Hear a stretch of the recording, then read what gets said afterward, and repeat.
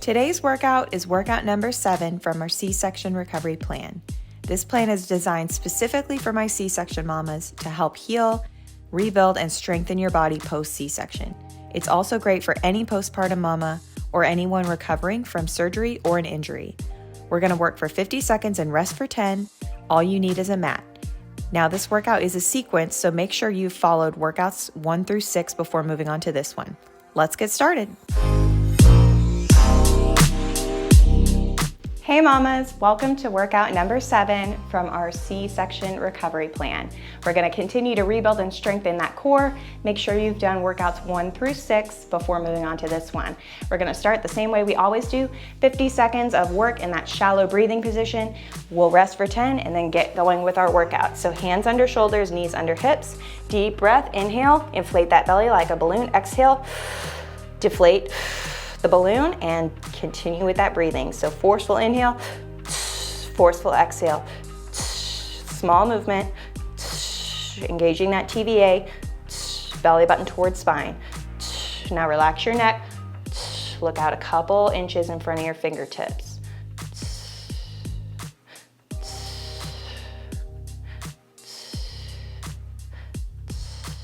Now we've done this one quite a few times. If you want to increase the interval, feel free to do that and you'll get more benefits the longer you go.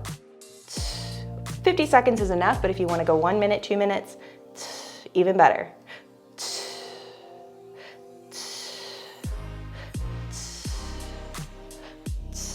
And rest. Okay, we're going to do a bird dog. This time we're going to do a little crossover oblique work.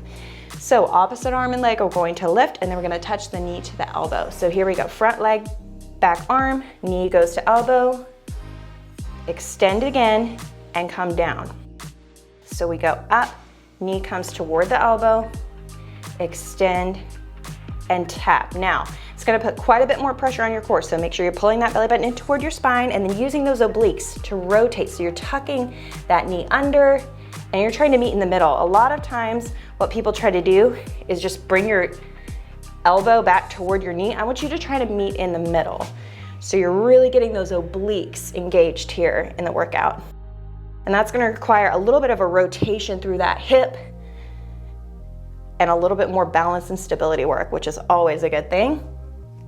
Take your time here. Again, it's not about how many you can do.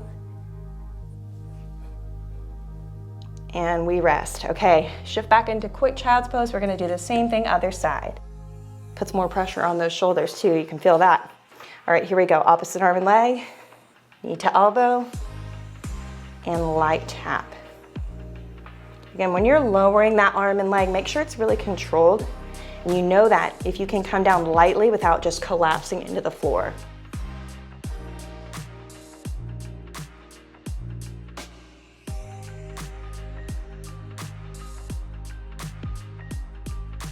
Pulling that belly in, especially on that little crossover touch with the obliques. You really want to feel that crunch. Make sure you're not collapsing into that hand on the floor. You're really lifted. Your shoulders are back and down, so you're not straining your neck or your back. You might get thrown off balance a couple times. I almost did just there. That's okay. Just be patient with yourself. Rest. Okay, we're moving on to those glute bridges, single leg with the extension, just like the previous workout. So, feet close to your hips. We're gonna lift the front leg and extend it out to 45 degrees. Bend it and tap, keeping that knee bent as we lower down. Driving through the opposite heel on the floor, pulling that belly button in toward the spine. And again, we wanna keep that work in the glute and the hamstrings. So don't thrust too high to where you feel it in your quads, your hip flexors. We want to keep it at the back. Pulling that belly button in toward the spine so we engage those deep core and pelvic floor muscles. Enough talking, let's keep going.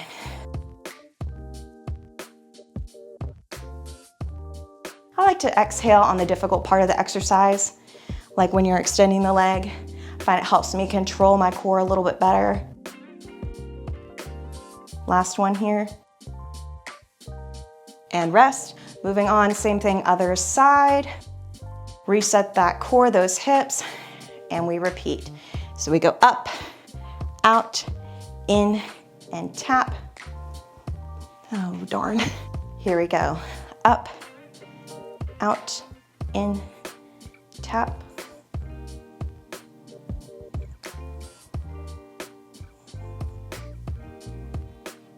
Again, take it as slow as you need to go, especially when you're doing that extension. Focus on stability, so your hips are staying stable. Try not to drop that hip with the leg that's moving. If you feel it shifting and dropping, maybe take out the extension, just go back to the single leg bridge, or you can just take a rest. It's more important to focus on good technique and do fewer reps than to try to get as many reps as possible and have them just not be high quality.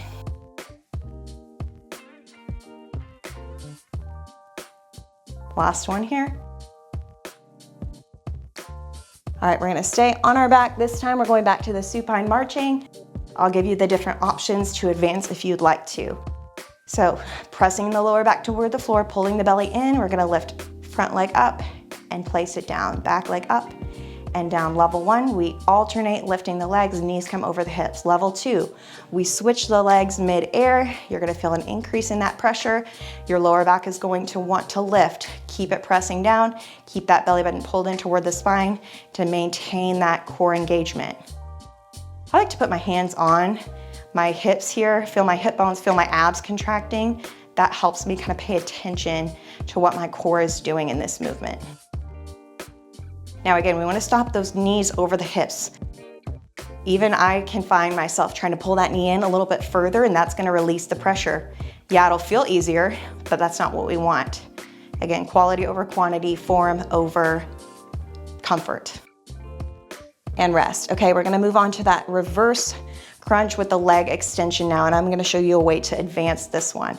So level 1, we go up, extend, bend, and tap. So this is your first option here. If you want to make it harder, you lower the legs to 45 degrees. So we bend, extend, lower to 45. Bend, extend, excuse me, I almost sneezed, lower to 45.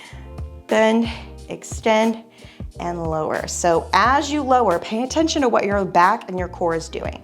Your back's going to want to lift, your core is going to want to compensate by arching that back. Don't do it. Go back to the modification, bend and tap, or just don't go as low to the ground. I'm not going that low here because that's my limit. I can feel my core is not ready to go legs lower than that. So respect what your body is able to do today. And rest. Okay, we're gonna go back to those bent leg hip circles like we did in the previous video. So knees come over the hips. We're gonna take the legs down, around, and together. Go again, lowering those legs slightly, coming around like the size of a bicycle wheel, and then back over the hips. Small micro movement, slow and controlled. Again, focus on pushing your back toward the floor, belly button pulled in toward your spine. I can't say it enough. Maybe I can. And again, you go as low as you can without your lower back compensating. If you feel that, just decrease that forward movement. Maybe you don't do it at all. Maybe you just do the circle right here.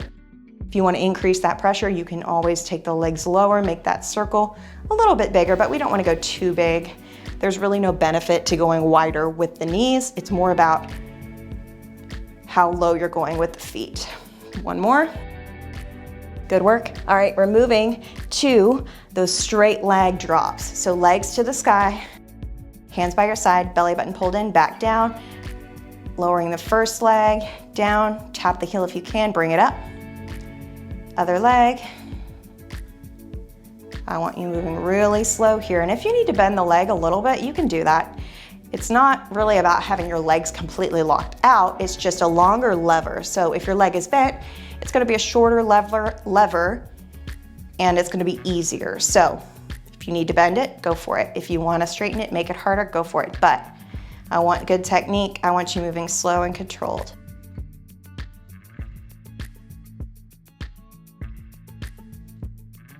Maintain that breathing too. Don't forget about your breath. It's really important to send oxygen to those muscles.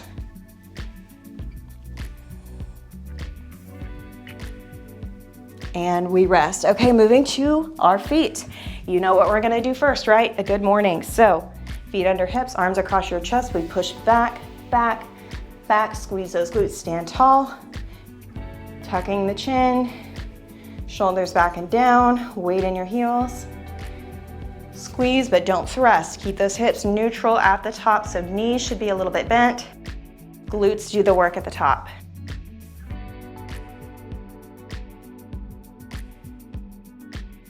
These are simple movements, but there's a lot of complexity to them.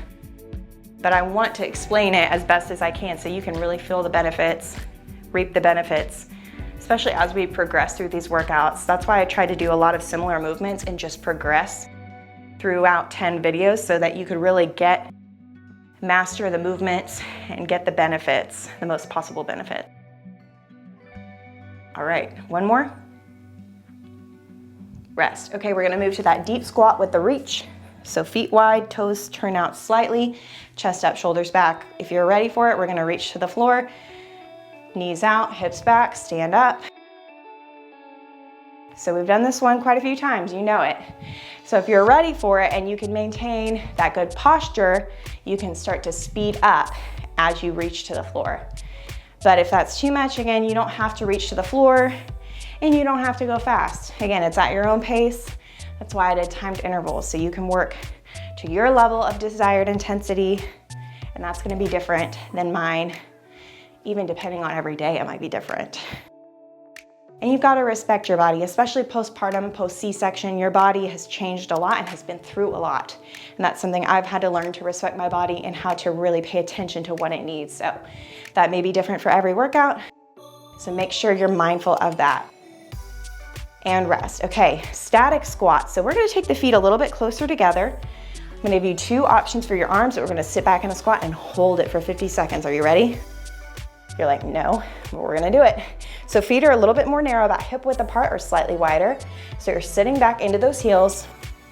My hands are up in front of my chest. I wanna pull my shoulders back, keep my chest lifted, and my core pulled in, belly button pulled in toward the spine. Now you wanna make it harder, you can take those arms forward, or even harder, you take them up. If you've done yoga, you know they call this chair pose. So similar, you want to pull those shoulders back and down. Make sure you are not leaning, hunching over. If you're starting to do that, just bring your hands back to that prayer pose or take a break, shake it out. I know it's a long interval to hold a squat, but this is so good for your posture, so good for just endurance training. Couple more seconds here. 3, 2, 1. Woo!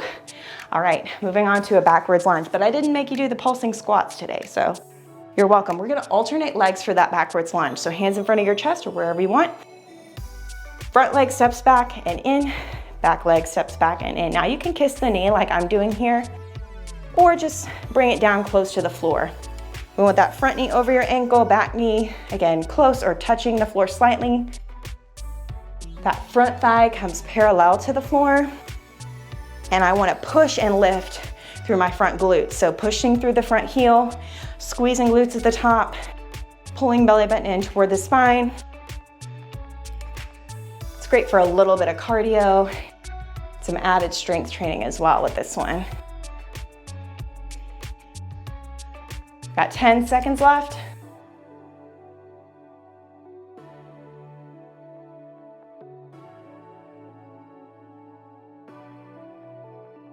Last one, gotta end on even note. There we go. Okay, now we're going to the inchworms. You know these. We've done them in every workout. So come through that squat, knees can touch the floor or not. Here we go. So either touch the knees or come to that bear plank and hold it. Even more of a challenge, you can hold that bear plank just a second, 1, and then come back up. Make sure you're moving through that squat. And regardless of if you're gonna do the plank or just tap the knees, I want your shoulders over your wrists, abs tight in that position. So belly button pulled in toward the spine, knees either low to the ground or slightly touching the ground, but keep that pressure light either way. We don't wanna rest here. We're moving. Unless you're holding that plank, I want you continually moving through this. And we're only holding it a second. Give it a try. You never know what you can do until you just give it a shot. Maybe it goes really poorly, but at least you tried it, right? Rest. Okay, moving on to the clam lifts. So this time, just like last workout, we're gonna keep those hips up. Heels together, elbow in line with your hip. Lift the underside of the waist, open, close it. I like to put my hand on my hip here, but you can reach it up if you want a little extra challenge. Sometimes when I reach up, I feel like somehow my arm is helping lift me. I think it's more of a mental thing, but whatever works. But I want you to focus on that hip, that bottom hip. That's the side we're working. So you lift from here, you lift through those obliques, those deep core muscles. And this is not a cardio move, but you can hear me breathing heavily. It's a challenge, right? We're working all those core muscles, the shoulders, and we're close to the finish line. So stay with me. 6 seconds. Last one. All right, one more. Other side. Elbow under shoulder in line with the hip. Lift that waistline, open and close. Now remember, in the other workouts where we've done this, you have the option to put your hip down or to lift, open, close, and then tap between the reps if you would like a little recovery. But we're on workout 7. So if you can, try to stay with advanced exercise. Respectfully, in accordance with what your body feels like doing that day, but sometimes you just gotta push and try it out and see how it goes.